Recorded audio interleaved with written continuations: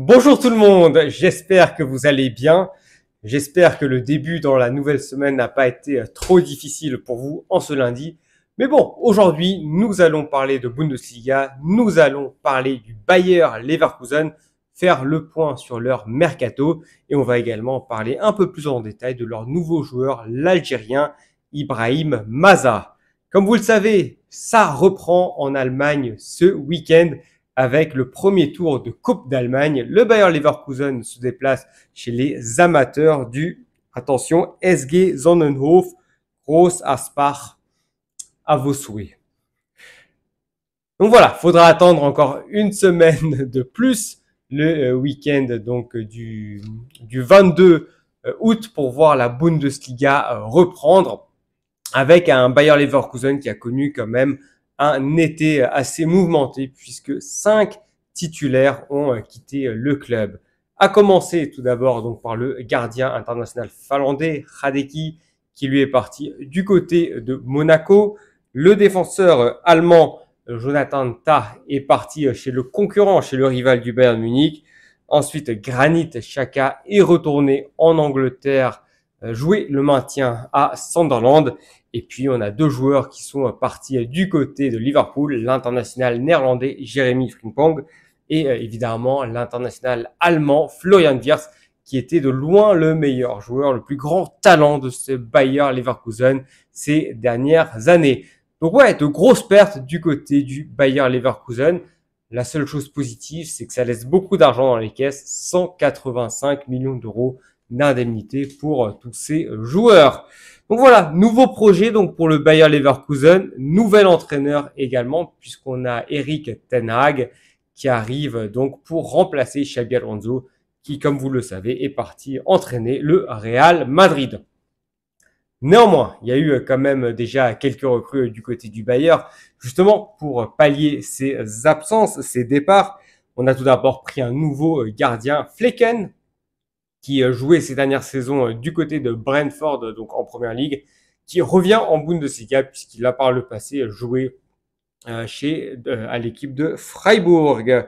Il a déjà 32 ans, donc ça c'est un gardien expérimenté, contrairement aux autres jeunes joueurs qui ont été recrutés, à commencer par Jarel Quansah, donc lui il n'a que 22 ans, il arrive en provenance de Liverpool, c'est un défenseur central, donc il remplace Ta. Et puis ensuite, on a Malik Tilleman, 23 ans, un international américain qui arrive, lui, en provenance du PSV Eindhoven, où il avait vraiment de grosses statistiques. C'est un milieu offensif. C'est un joueur qui a été formé au Bayern Munich. Il a fait quelques apparitions avec le club bavarois, mais finalement, il ne s'est pas imposé en Bavière. Il a tenté sa chance au Glasgow Rangers, ensuite au PSV Eindhoven, où il a véritablement explosé. Et donc, on va voir s'il est taillé pour la Bundesliga. Et donc, on a notre international algérien Ibrahim Maza, qui est également arrivé pour 12 millions d'euros en provenance du club de deuxième division, le Hertha Berlin. Donc voilà, pour les recrues majeures côté Bayer Leverkusen. Ensuite, on a pris 5 autres joueurs, des jeunes joueurs beaucoup moins connus. Mais là, l'idée, c'est vraiment de préparer l'avenir, c'est préparer les saisons beaucoup plus tard. Donc, je vous donne la liste des joueurs, je vous l'affiche également ici à l'écran.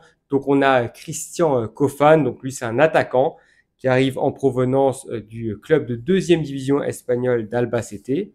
On a Abdoulaye Faye, donc lui, c'est un défenseur central qui arrive en provenance du club suédois d'Eken. On a Tim Herman, lui aussi, c'est un défenseur central qui arrive en provenance de Bochum. On a Farid Alfoum Ruprecht, qui est un ailier droit, qui arrive en provenance de l'équipe de jeunes de Manchester City. Et puis, on a Axel Tapé, qui a joué, je crois, 2 matchs en Ligue 1 avec le PSG la saison dernière, qui est un très jeune joueur. C'est un défenseur central. Certains de ces joueurs sont déjà repartis, notamment en prêt. Faye, il a été prêté à Lorient, donc club de Ligue 1, donc il aura du temps de jeu. Et Urban, lui, il a carrément été prêté à Sturm Graz, donc ça c'est un club qui, si je ne me trompe pas, va jouer la Ligue des Champions cette saison. Donc vous voyez, on est très malin du côté du Bayer Leverkusen. En tout, on a quand même dépensé 100 millions d'euros, donc ça veut dire qu'on a quand même réinvesti une belle somme des recettes. Mais voilà, c'est quand même clair que le Bayer Leverkusen a perdu énormément en qualité cet été. Et malheureusement, bon, bah, c'est le cas, hein. Quand vous êtes un petit club, eh ben, on peut le dire, le succès vous condamne. Mais il faut quand même souligner quelque chose de positif, c'est que le Bayer Leverkusen a pu garder ses stars une saison de plus. Tous ces joueurs-là, ils avaient explosé lors de la saison du titre en 2023. Et donc, bon, bah, c'est quand même déjà pas mal d'avoir pu les garder une saison de plus et faire un parcours assez honorable en Ligue des Champions de la saison dernière. La nouvelle saison du côté du Bayer Leverkusen, on aura quand même une équipe qui est d'un niveau tout à fait acceptable. On devrait pouvoir viser le top 4 en Bundesliga. Je pense pas qu'on pourra jouer le titre, mais vous voyez, le 11, il est quand même assez compétitif. Il y a des très bons joueurs tels que Grimaldo dans l'équipe et puis Schick.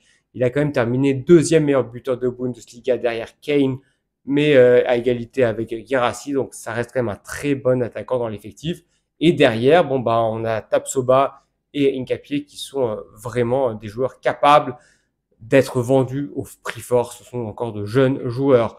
Donc je pense que même du côté de la Ligue des Champions, le Bayer Leverkusen a les moyens de faire un parcours intéressant et peut viser, on va dire, les huitièmes de finale.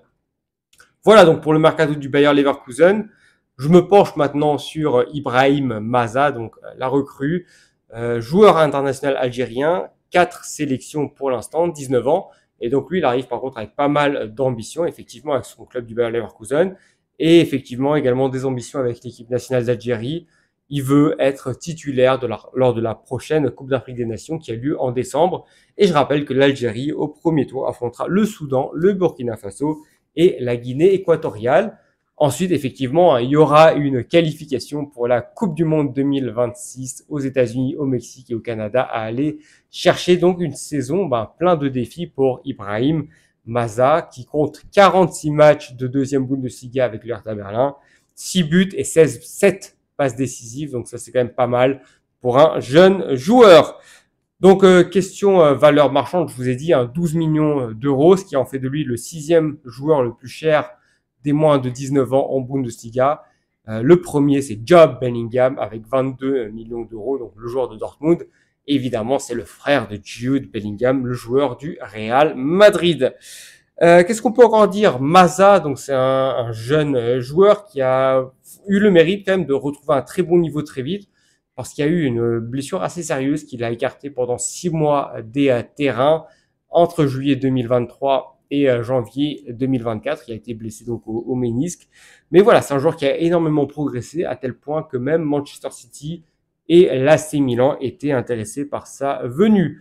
Donc finalement, il a décidé de jouer au Bayer Leverkusen et donc c'est en Bundesliga qu'on pourra observer ses qualités.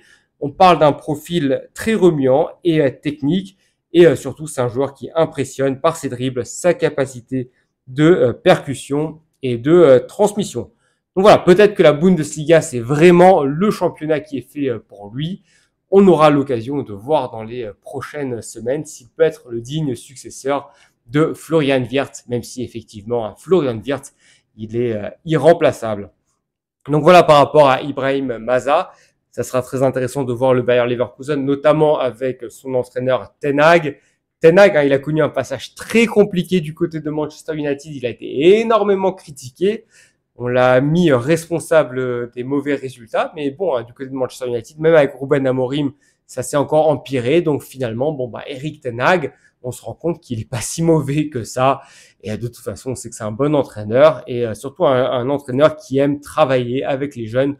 Donc je pense que c'est un défi qui peut tout à fait lui convenir. On aura donc très vite les résultats qu'on pourra analyser. Voilà, c'est la fin de cette vidéo. Alors dites-moi dans les commentaires si vous avez envie que je parle davantage de Bundesliga. Alors sur la chaîne, je parle surtout de Première Ligue, je parle un peu de Liga et de Ligue 1, mais c'est vrai que je parle moins de Bundesliga. Si ça vous intéresse, faites-le moi savoir. J'en parlerai dans une prochaine vidéo. Voilà, merci pour votre attention, merci de m'avoir écouté jusqu'au bout, merci pour vos pouces bleus et tous vos abonnements. Et donc, on se dit à demain pour une nouvelle vidéo. Je pense qu'on parlera donc de championnat d'Espagne. Ciao, ciao!